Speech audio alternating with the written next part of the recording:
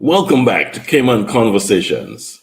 My name is Ralph Lewis, and today we have two great interviews for you. First, we discuss the results of the National Health Survey with Dr. Nick Gent, Chief Medical Officer, and Rachel Corbett, National Epidemiologist with the HSA. In our second interview, political analyst Dr. Roy Bodden returns to talk about current political developments in the Cayman Islands. Now, let's get started. Good afternoon, Dr. Gent and Rachel, and welcome back to Cayman Conversations. It's a year since we talked last time, and how are you doing today? Very well, thank you, and good afternoon to yourself. Afternoon, great to be here. Thanks so much. Okay. Well, I am keen to hear on this great survey. I know when we did our last interview regarding the survey, you said that the results will be published sometime in the future, and the time has come. And I'm hearing there's some exciting things to say. So, Dr. Jen, just give us a little background on what the STEP survey was all about. Okay, the STEP survey is a standardized survey. It was developed by the World Health Organization, but it also has a little bit of local flavor to it as well. And it uses a sample of the population that's statistically representative of the population, and it looks to try to discover the prevalence of certain non-communicable diseases, things like hypertension, diabetes, and the like, and also the precursors to those diseases. So we look at the demographics of the population, we look at things like their diet, alcohol consumption, smoking, exercise habits, things like that. We collect information about their height and weight and blood pressure. And in the majority of people, we also managed to get a small blood sample, a finger prick of blood, that told us what their blood sugar, so whether they had diabetes, and what their cholesterol was like. And we've done that across all three islands. We now have the data. Unfortunately, enough people volunteered to help us with this, that we now have good representative data across all of the Cayman Islands. And we also have comparative data from when a similar survey was done 10 years ago. Okay, right. Before we get into the results, how was the response from those people who were surveyed? Excellent. We were hoping to have about 50% of the population respond in the end. Yeah, it was I think between 80 and 90% that we had of our sample that said yes to taking part, which was excellent. So we're really, really grateful to everyone who gave their time, gave their answers, and supported the survey. Yeah, I mean that's remarkable. I know some other colleagues, some other chief medical officers around the Caribbean are trying to do the same survey, and they're really struggling to get the population involved. And I think it's really nice that people in Cayman have got so involved with this. They're understanding that if we're going to plan for the future, we need to know what the care needs are, and this is what this survey tells us.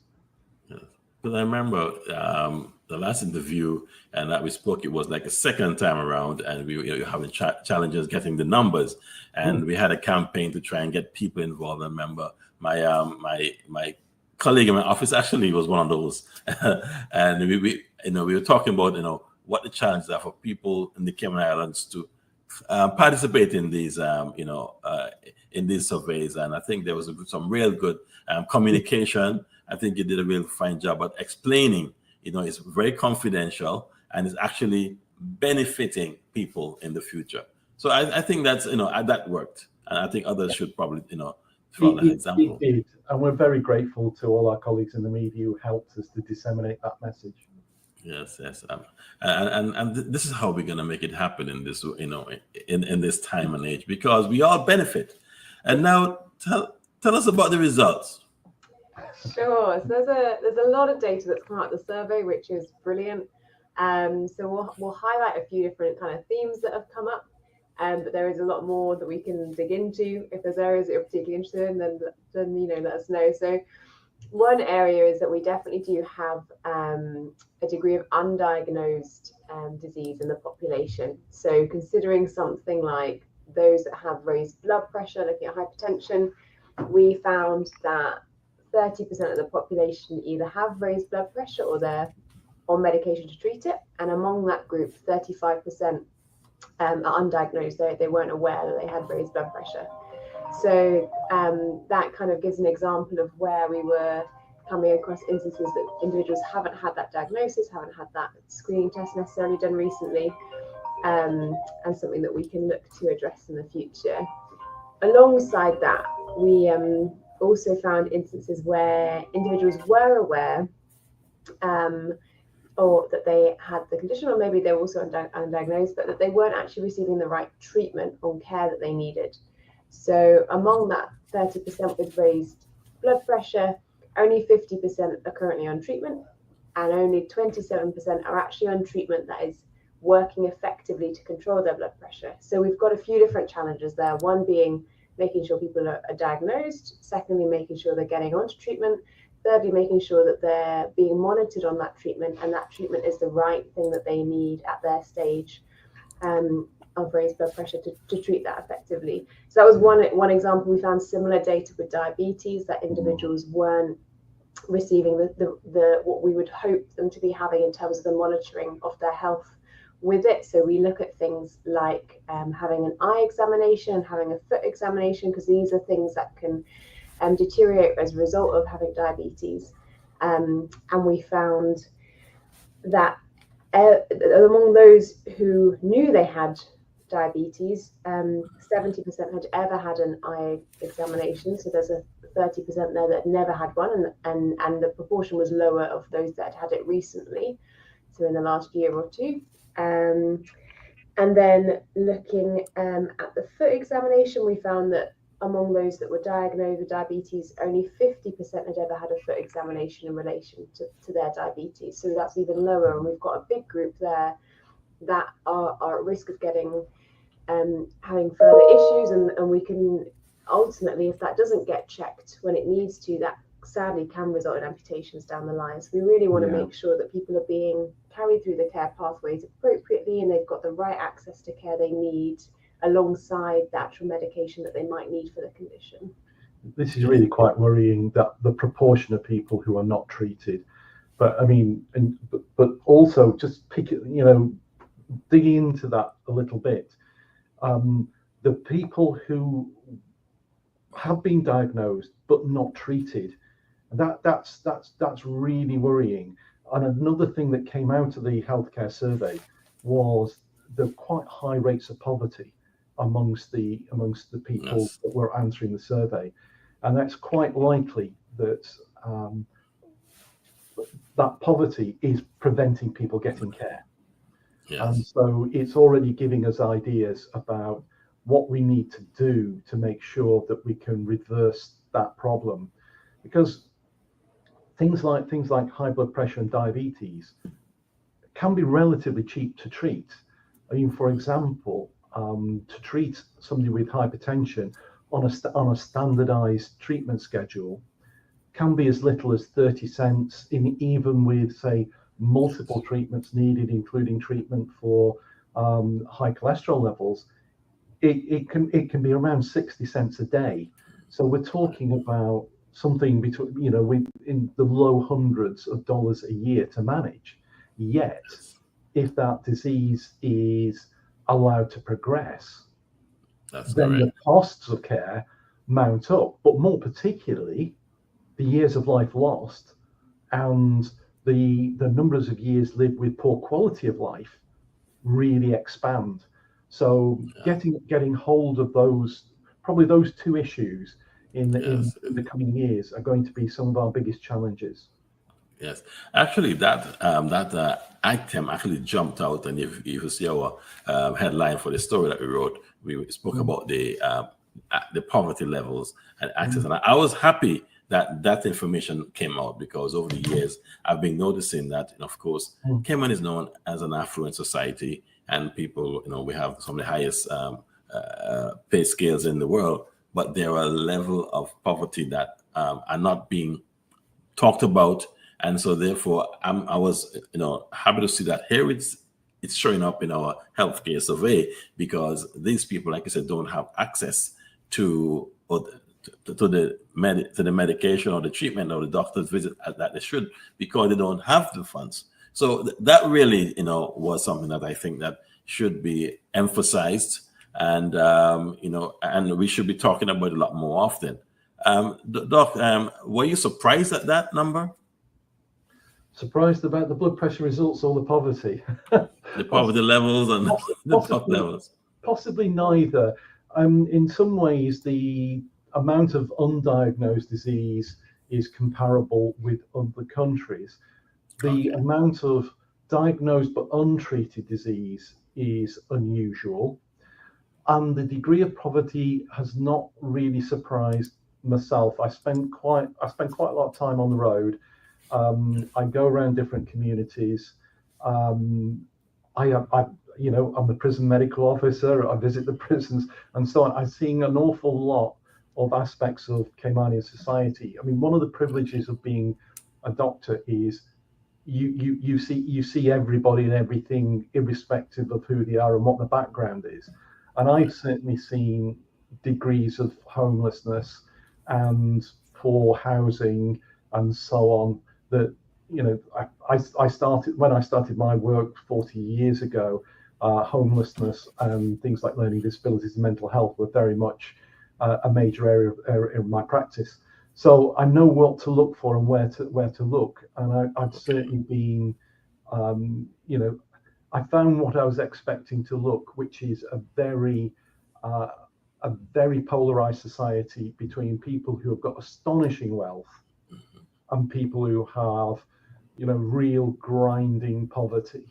And the proportion of people in severe poverty amongst the Caymanian and the poor resident population is probably, 20-30% of the population, have got poverty to a degree that they're having to make, those hard decisions about, do I get my pills for treating my blood pressure, or do I put food on the table for the children? And the food on the table for the children is working, it's quite understandably the priority. Yes. And Doc, could just remind me, did the survey cover all the residents or just the Caymanian residents? Covered both. We looked at everybody who lives here and is dependent upon the society, the structures, the infrastructure. Because I'm aware of some of our expatriate guests who come here to work from another society similar to what we're talking about, and and they complain about these health issues. And I would say, well, why don't you go to the hospital? And I said, well, no, insurance doesn't cover it. So I found that it was not only with our Caymanian residents, but also our guest workers who move here for employment, and that those people are actually being affected as well. Yes. Okay. Yeah. I mean, the structure of society here does affect anybody who comes to live here, or already lives here, and and is Caymanian. It's a problem. It's a problem for everybody. It's a paradise at times. It's got under the surface some very, very real problems as Cayman. Yes. Rachel, how does this survey compare with the last one that was done in 2012? Is there anything that jumps out at you and regarding the comparisons? It's a great question. I think a number of the indicators are at a fairly similar level. So things like we, as Simo mentioned, we measure people's height and weight so that we could calculate the body mass index, which is kind of a standard measure for looking at the weight of the population. And we came to very similar findings as 10 years ago. So if you look at it, the group of individuals who are either overweight or obese, that's 70% of the population, and that was exactly the same in 2012. Another area that's very similar is diet. So we found on average that individuals reported eating just over one portion of fruit and one portion of veg a day. And that is exactly the same, really. Like the numbers are very, very similar to 2012. Similarly with exercise, we found that 1 in 5, so 20% of the population, are not meeting the WHO's recommendation of activity, which I think is about 150 minutes of gentle to moderate exercise a week, walking, swimming, that kind of thing. But particularly vigorous physical activity, men are doing a bit better. Only a third are not engaging in it, but for women, it's over 2/3 are not engaging in it. So a lot of these things are very similar. One thing that stood out that was a little different was about smoking. So we have seen a slight improvement. It's small, but it is there, of the proportion of the population who are current smokers. So this was 15% in 2012, and it's now down at 12.5%. So that's a good thing to see. However, alongside that, we have seen the introduction of vaping. So this wasn't happening in 2012. And we've found that around 8% of all adults vape, but among the younger population, particularly younger males, that's up at 16%. So if you're looking at, combined effects of nicotine on the population, there's been an increase when you consider the impact of vaping. Yes. Yeah. So the two big issues there are, one, we're making no progress whatsoever in terms of obesity, especially diet, and we've got a new threat there, which is particularly affecting the young people. Nicotine vaping is a very real concern to us. Nicotine is very rapidly addictive. People get addicted to it within days of starting vaping, and it is not a safe thing to do. It's better than cigarette smoking, but don't everybody think they should go out and start vaping. It is a useful thing for people who are established smokers to help wean them off tobacco. Yes. So from something very unsafe to something that's unsafe, but ultimately not using the vapes either. But for young people to be taking vaping up, no other experiences. They're not traditional smokers, but to take that up and seeing it's not a fad. It's an established trend. That is something we really need to do something about. Yes. Initially when I saw vaping, I figured, that was harmless. But then I was educated by some people said, no, Ralph, this is not harmless. I said, don't even think about it because it has nicotine. I'm like, okay, so there's some damage that can be done, like you're explaining. And I think, it comes back to education. And I think that, vaping alone needs its whole new session or conversation. But we'll probably, get to that at some point. But before we start to go into how can these problems be fixed, how can people know about the report? It's going to be published at some point in full. Where can everybody find more? Because just a press release coming out is just not sufficient. Just like how we took a while to get everybody to participate, the results need to be communicated and people to understand that we have some things to work on. Absolutely. So it will all be online from the 1st of December on our website, www.gov.ky/steps. There will be the full report, which provides the narrative and some of the interpretation of the data. There will also be a fact sheet, so that gives a bit of a quicker summary when people want to look at the key findings. They're summarized there. And we'll also have some infographics, so if individuals aren't so keen on reading a big report, they can kind of take away some of the key things a bit more visually. And alongside that, we're also publishing the full data tables, the full data book that gives all the data behind the analysis. So if individuals are particularly interested in one area, they can dig into that a bit more, and it will have the breakdown of the estimates that we've shared by men and women, and also by two different age groups. So it gives a bit more information there too. So we have some reading to do during Christmas. We are supposed to be celebrating and eating. There's lots and lots of reading if you want it. Yeah. So how does that affect me, and how can we do something about it? What's the solutions going forward, though? Okay, the solutions that we're looking at depend upon the particular problem, and I say there's a lot of data to look at. So we're really only talking about the big ticket items here, today. But if we start with, for instance, the issue about obesity. That's really a critical one. We've become a very, very big society, and we've got to think about how we deal with that. And there are two drivers to this. It's the quantity of food consumed and the calorific value of that food that's consumed. Now, I think an awful lot of people haven't got any idea whatsoever about what the calorie values of food are, like particularly whether it contains high amounts of sugar or fats or whatever. So one of the things I want us to investigate is something like the CARICOM food labeling system, so that we've got nice, clear, big black octagon on the front of whatever it is you buy from the supermarket that says high in fat, high in sugar, high in salt, whatever. So you don't have to turn it over and read all the bits and pieces and try to guess it yourself. It's absolutely there, staring in your face when you're making your purchasing decisions. Right. The other thing I'd like to happen is we've got a lot of fast food franchises on the Cayman Islands. Now, all these franchises know exactly what the calorific value of all the products are that they sell.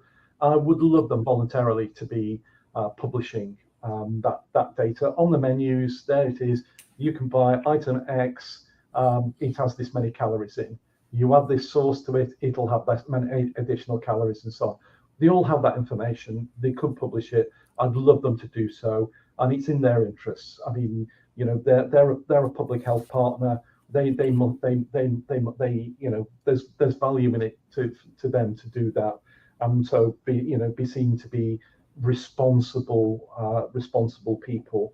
The next thing that we'd be doing is that we probably need to look at the vaping issue, and in particular, I think availability of vapes and especially disposable vapes. Yeah. If you go and look at places where they sell vapes, the disposable product lines are now very extensive, and you look at them, and you've got to ask yourself what kind of market is going to get attracted to them. The pink glittery one with bubblegum flavor. That's not really for a 40-year-old man who's trying to get off a tobacco product. That has the look and feel of something that's attractive to children. So we need to look at things like adverts and placements of vapes. And to be honest, the disposable vapes we probably should not have at all on the islands. Lots of reasons for that, not just that they are such an attractive product to younger people, but they also contain lithium-ion batteries that are a fire risk, and we're dumping all of those into the landfill, and we're building up a big problem that they're toxic to children's health, but they're also a hazard in our environment. So we need to look at that, and probably some revisions of the tobacco control legislation, because we have been doing really, really well on tobacco control. That's been a great success in Cayman. And then the next two things that I think are in our priority list are looking at introducing low-cost pathways for managing of high blood pressure and diabetes. Things that, in a way that there is no reason that anybody who has either of these problems can't get treatment. So those are probably the top lines, but there's lots more stuff in there. That we're wanting maybe more niche things. Those are the big ones for the whole population. And these are, we individuals obviously need to take responsibility for their own health, but there are so many things that we can do as government, as society, to help enable those decisions to be made. Part of what Simo has been talking about is trying to make information more available so individuals can make informed decisions. But there's also things to consider about how we can use our environment to help people feel like exercise is a more engaging option, and there are more spaces they can do that in. A lot of this is also about how we look at things through our school system, how we try and ensure that people have good diet when they're during schools and good physical activity at that stage, how we engage through families and communities, what the private sector get involved and partner with us in with this. So it really it's a big area that we really need to partner with everyone and collaborate across the board. Supermarkets could be doing vegetable of the week at a discounted rate that people can purchase, so that to remove some of that barrier for getting good nutrition. Yeah, it's an exciting time, but there's both an element for the community and for the individuals as Yeah. well.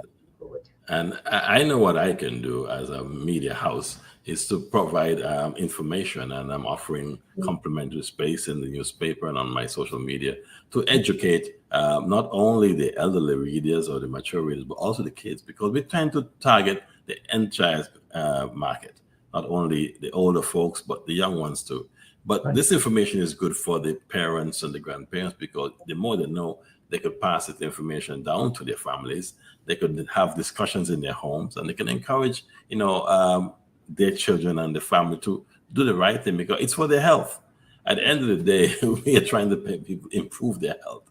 It's about wellness, as the ministry has sort of promoted. It's wellness, and at my age, I'm happy to be healthy, but there are many people who have health issues, and so if we can do something while we are younger, it helps. And so by having platforms like our platform to regularly put articles out, columns out on these topics, I think it will catch on.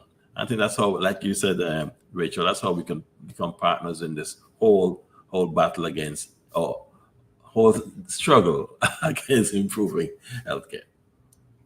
Yes, nicely put, and thank you very much for the offer of you using your facilities to promote things. That's very kind. Okay. Before we wrap up, where can just remind us where we can reach the information, and if there are any contact numbers or emails or websites that we Of can course, reach? yes. So it will all be on our website, which is www.gov.ky/steps. So that's where we put all the information up about the survey when we wanted to make sure people knew what it was about taking part, but it's the same place that we'll put all of the results up to. It will be there from the 1st of December.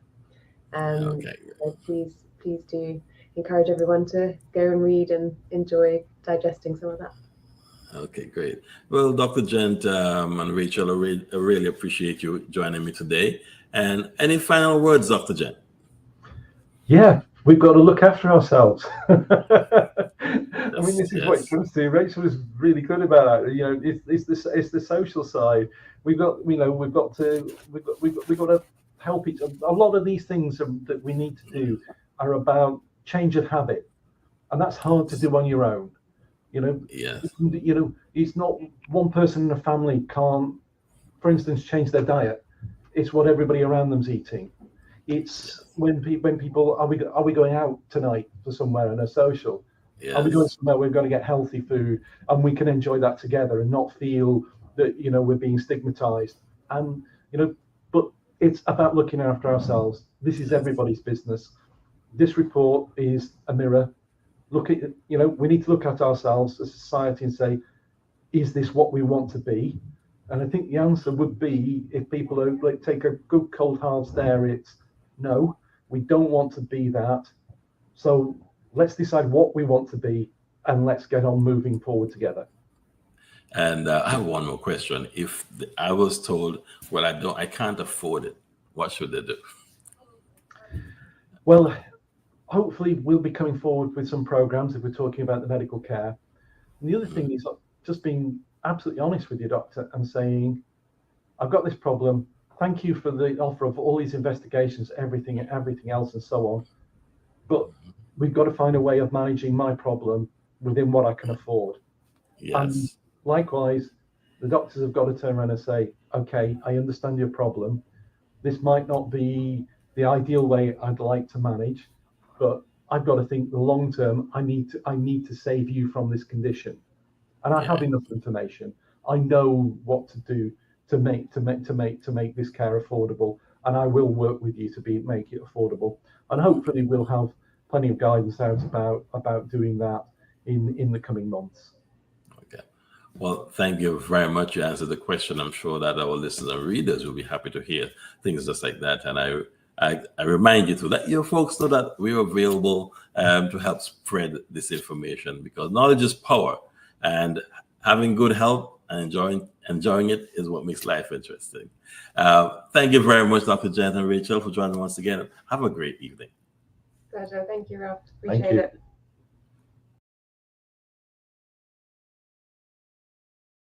Good afternoon, Mr. Roy, and welcome back to Cayman Conversation. How are you doing this afternoon, sir? I'm giving thanks. Praise the Lord. I want us to just flash back a couple of years ago when we had an interview, and we were talking about the government that had just been installed, and you said that this was a good chance, or one of our last chances to get this right. Well, fast forward to now, and there seems to be some challenges. What would you say? Where do we go from here? Well, first of all, it's obvious that we didn't get it right. Where do we go from here? The future, as I see it, is rather bleak. It's bleak in the sense that the number of detractors have increased since we last spoke some while ago. And clearly, the present set of, let me rephrase it. Clearly, the political directorate does not understand the precarious position in which they were in. Because had they understood that, they would have tried harder to remain more of a permanent force. My fear is that what all this is leading to is the conclusion that we really can't handle our own affairs. And that is going to embolden those who are aspiring to get into the Legislative Assembly, those very people that some of the legislators and many Caymanians would want to see in there. But this unsettled business of us Caymanians can't operate, failing to operate in unity for a significant time does not bode well for our stability. It does not bode well for our political stability. Yes. I too, have similar thoughts, and I'm just concerned of the impact it would have on the strength of our industries that we do have still, and how it reflects on the Cayman Islands overseas. Right now, there's so much happening around the world with all the other elections, but Cayman Islands is seen to be one of the top financial centers of the Caribbean. But one of the reasons why we became so strong in financial industry was because of our stability, and I would think our connection to the UK. But we're seeing some changes with that stability, and particularly now, investors may be wondering what's happening. Well, here's one perspective. Governments change frequently, but given the record of the Cayman Islands and the reputation we had built, it is alarming when governments change the way that they have been over the past few years in the Cayman Islands. Normally, if the change happens after an election or as a result of an election, that is understood. But when the government breaks down before an election, that, as the expression goes, is a horse of a different color. But here's the reason why there is no permanence to what we have. We have a constitution which is predicated upon the party system. And yet, we have an agglomeration of independents forming a government, making up a political directorate. It is just not tenable because the system is built for a unitary organization. And when you have an agglomeration of individuals, all with different political objectives, then it is difficult for one person to hold the dynamism and authority to whip all those in line. And we've seen that. We've Yes. seen that in the recent past. This whole business of development, the high school in Cayman, the referendum for cruise ship talk, the East-West arterial highway, all these are issues that the business of the solid waste disposal, the dump as we call it, all these are big money, big ticket issues for which there are many different agendas. Not one vision coming from the party, but each minister is promoting what falls under his ministry or his portfolios as the most important. It simply cannot work. It cannot work. And so, in a manner of speaking, I'm not surprised. I'm not surprised that the coalition didn't hold together. Not at all.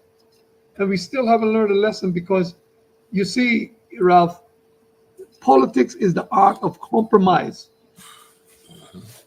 And when you have an agglomeration of individuals, none of whom wishes to compromise, the association cannot stand. Right. And what you've said just now is so true, because we have seen where we have tried and tried and tried, and it is not working. But there is no functioning or full parties that exist today. The People's Progressive Movement, they have a party system, but they only have a certain small number of seats. And then there are other people talking of putting groups together, but nothing really established. So we are saying that the party system is what will succeed, but we have to have parties to compete in elections, and there are none. So what do we do? Well, I don't know, because we keep making the same mistake. We keep making the same mistake.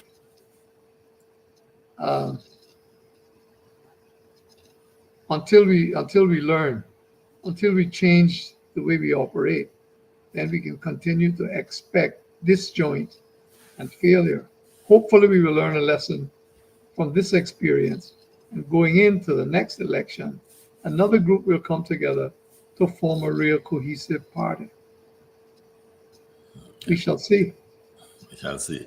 Well, there's talk about coalition groups coming together, and I just hope that at some point we can settle down into a proper governance system, a government where we can actually recoup. Because I'm understanding, I wasn't here to those days, that in the past there were unity groups who actually will work together and achieve much, and that's why Cayman is the way it is today. And maybe you could speak to some of those existing groups that, or those groups that existed years ago. But what brought those, and while that is true, that still was not my ideal, because I'm a party man. But the difference between those groups and what has transpired since is that those groups were headed by a strong personality who dominated the groups. In other words, that leader was dominant. All the other people in the group were submissive to the leader, and that's why they were able to achieve some success. Mark you, it wasn't without controversy, but there was little to no public dissent, which is different from it is now. So what I'm hearing is that we haven't really progressed with the party system in comparison to many other regions or territories around us. We're still in our infancy trying to get the party system in place in the Cayman Islands. And maybe that's why we're finding ourselves foundering at this point in time. Well, Caymanians have an aversion to parties because there was one prominent member for many years of the Legislative Assembly who equated political parties with independence. And that person was successful in having many people believe that, which could not be further from the truth and from reality. And therein lies our problem. Many of our people are not very sophisticated politically, and they tend to listen to leaders who, for their own self-serving purposes, promote individualism rather than a united, cohesive group. And so that's where we are now. Yes. Now, as a British territory, we see what happens in the UK, and one would think that maybe we would have want to take some a lead from what or learn from that example. But what are your thoughts regarding being a British territory, having our challenges here with forming governments, and the UK, our mother country, keeping a close eye on us and watching what we do? Because I have a concern on that as well. I'll explain to you in a few minutes. But give me your thoughts on that. Well, the nature of the relationship that we have with Britain is itself constraining, but it is not the greatest constraint, because Britain really, much to their credit, gives us a free hand, except in the fiscal matters. And I understand that's a bone of contention now, because we are governed by what is called the FFR, the Framework for Fiscal Responsibilities, which in a nutshell says Britain will oversee our financial expenditure, and they reserve the right to step in if they believe there is any recklessness or any reason to think that we are not within the bounds we should be in.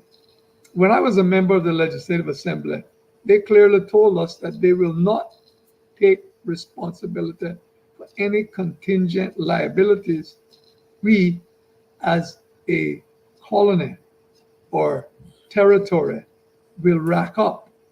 They will not do that.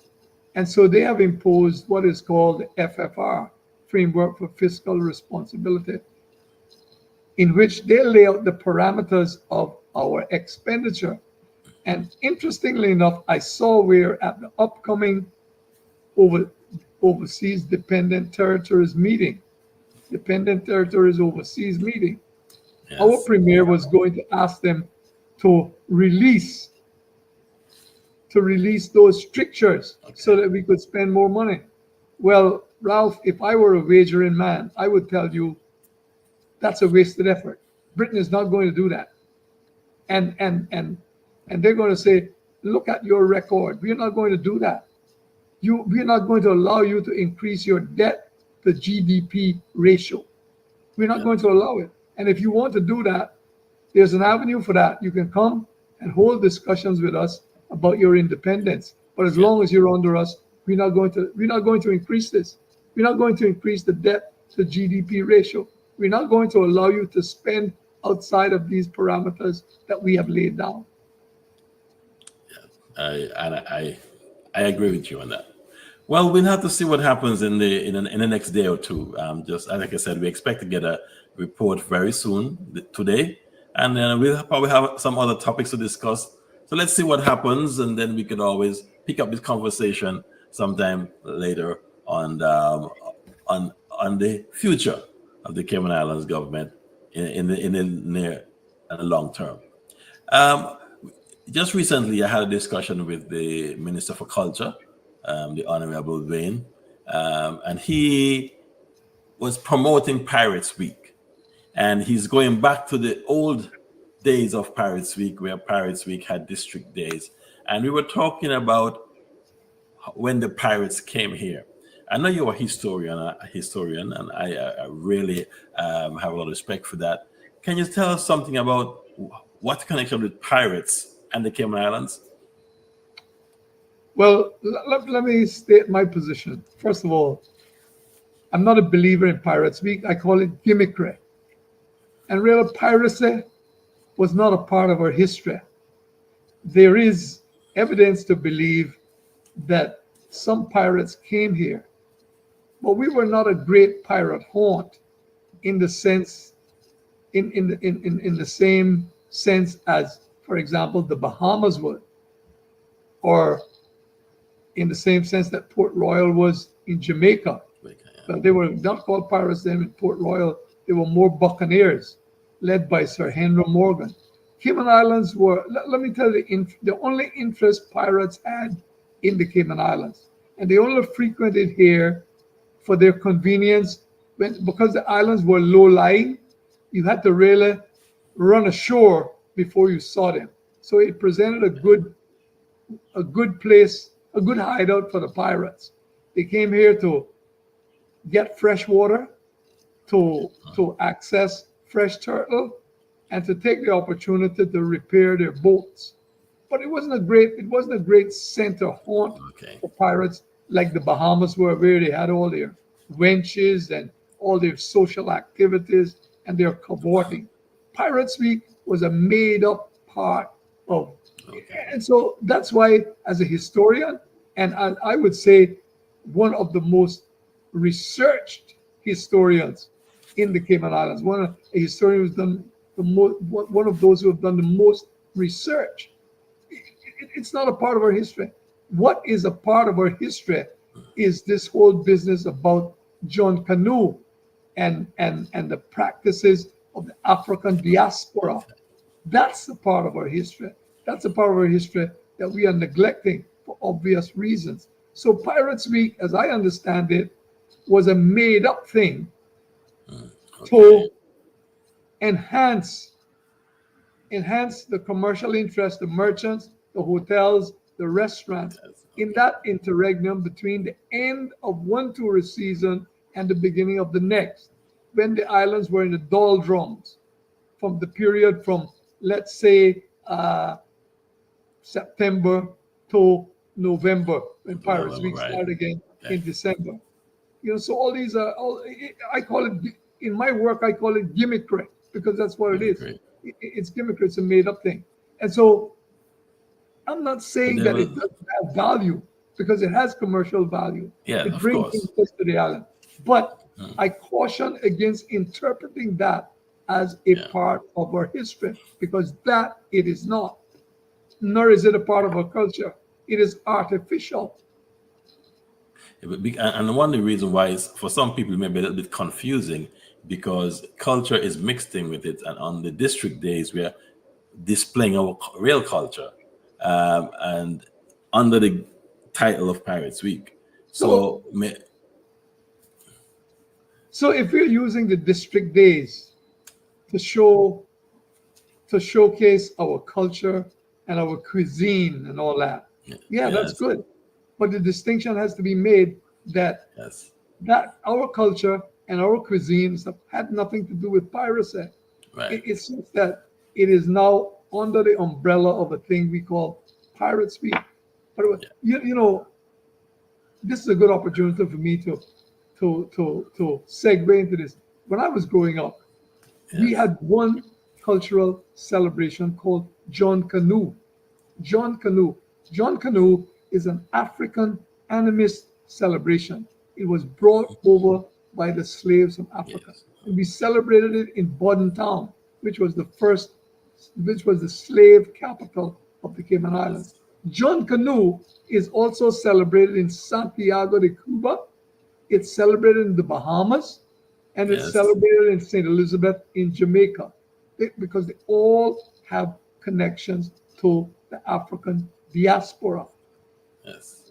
Right? And John Canoe only fell out of vogue in Cayman when the men went to sea, because it's a celebration involving purely men, where the men dress up in these costumes. and they have these different characters, and they have their own band of flutes and banjo and all that, and they parade. Yes, So yes, that's our genuine, authentic stuff. Even all the stuff that we have like Barabanu, that's not genuine. yeah, That's all imported stuff. The only stuff that Yeah. we had that I would say was localized was John Canoe. yes. So what we are saying is that if not all of the festivals are basically imported festivals Yes. or created from other countries, and that's what we have embraced, and they Yes. have nothing to do with our real culture. No, right. It has nothing to do with Cayman culture. It's all imported stuff. I'm encouraged by the fact that we have returned now to celebrating emancipation, because we used to celebrate emancipation in Cayman on August the 1st. But really, August the 1st was emancipation in the Caribbean generally. But the slaves were manumitted in Cayman in 1835, in May of 1835. Whereas in the other countries, it was in August of 1830, August 1st, 1834. Here Yes. it was May 1835, because we got the notice late, not being a part of the slave census, which took place in 1817. We were not a part of the slave registration census. So we were kind of frozen out. And when the slaves were freed in Cayman, they were freed unconditionally, whereas in the other territories, they had to work 4 years of apprenticeship. Before they were free. So, Very interesting. but we don't celebrate these things, or we don't focus on those. We haven't focused on them for a long time, Ralph, because we have in the Cayman Islands many slavery deniers, many enslavement deniers. And what people don't want to say is that this society is racially nuanced. I mean, we have people that tell us, oh, there was no slavery here. Well, you check the records, check the history books, beginning from the person who wrote the first history, George S. Hurst, who came here as a commissioner in the 1900s. He mentions about slavery. We should be celebrating things like people like Long Celia, who in 1820 fomented a slave uprising, which was discovered. And of course, the story is that she was taken to the slave court, found guilty, and sentenced to 50 lashes. Yes, yes. Well, I always enjoy history. And talking about writing, how is your book coming on? When are we gonna get a chance to read those words? Okay. It's interesting you asked that, because I have two books that I'm launching on December the 7th, God willing. One, a book of poetry called Trouble in the Streets, An Encounter with J.A. Roy Borden, and the other one, a book of Caymanian short stories, talking about, the title of which is The Legend of Long Celia, Woman of Blood and Bone, and Other Stories. So we'll be launching those on the 7th of December at the Studio Theater at the F.J. Hartwell Center. The book that I'm excited about, and of which you mentioned, is Yes. coming in the spring of 2025. That's a book which is the sequel to the Cayman Islands in Transition, and that book is entitled Deconstructing Development, Immigration, Society, and Economy in Early 21st Century Cayman. So lots That of reading is coming up. that is a great book. If I gave it to a friend of mine who is an academic, a historian, and I was humbled by what he wrote. He said, this book should be read by every Caymanian at least twice in their lifetime. Well, are you promising us that it's going to be released in early 2025? Well, we want to start promoting it. as we speak, I'm in discussions with my publisher about having it ready to be launched in 2025. Yeah, in April, God willing, of 2025. So, barring no unforeseen circumstances, and if the Lord tarries, yeah, we can look out for that. I'm excited Well, about it. I'm excited about it because it's a book that every person in the Cayman Islands, whether they are Caymanian or whether they're resident or visiting here, should read. Should read it. Should read it. Mr. Roy, I want to thank you for taking your time at short notice to come and speak with me today. So the next couple of minutes, I'm going to let you have those minutes to just wrap up on events that we talked about today, your hopes for a solution to the new government and anything else that you'd like to mention. You know, as a historian, there was a famous battle at the breakup of the Roman Empire. And there's a saying, we have crossed the Rubicon. Rubicon was a river. That's where we are in Cayman. We're about to cross the Rubicon. And whether it's an orderly crossing or whether it's a disorderly crossing, which ends in chaos, confusion, is up to us. This really is our last chance. The forces are roiling to snatch Cayman from the hands of Caymanians. So this is not the time for foolishness. Another very famous historian, social commentator, philosopher,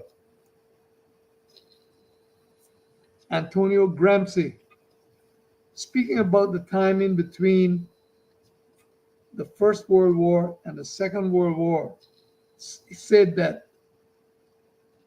the old world is dying. The old world is dying.